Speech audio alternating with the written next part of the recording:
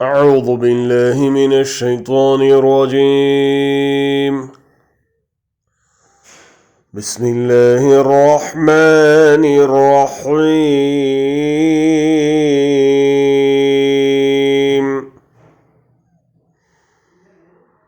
وعلى الثلاثة الذين خلفوا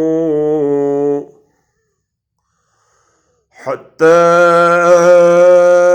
إذا ضاقت عليهم الأرض بما رحبت وضاقت عليهم أنفسهم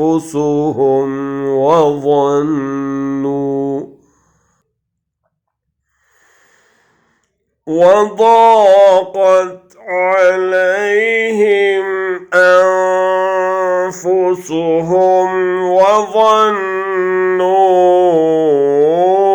أن لا ملجأ من الله إلا إليه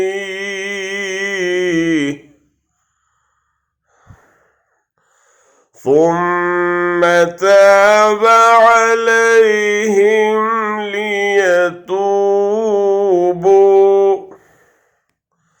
إن الله هو التواب الرحيم.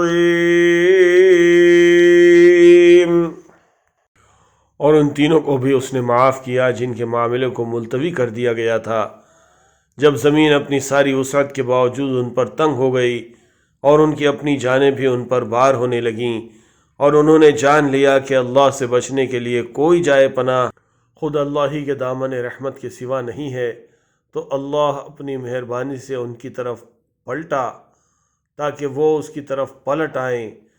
यकीनन वो बड़ा माफ़ करने वाला और रहीम है। And he also forgave the three who were left behind and regretted their error to the point that the earth closed in on them in spite of its vastness, and their souls confined them, and they were certain that there is no refuge from Allah except Him.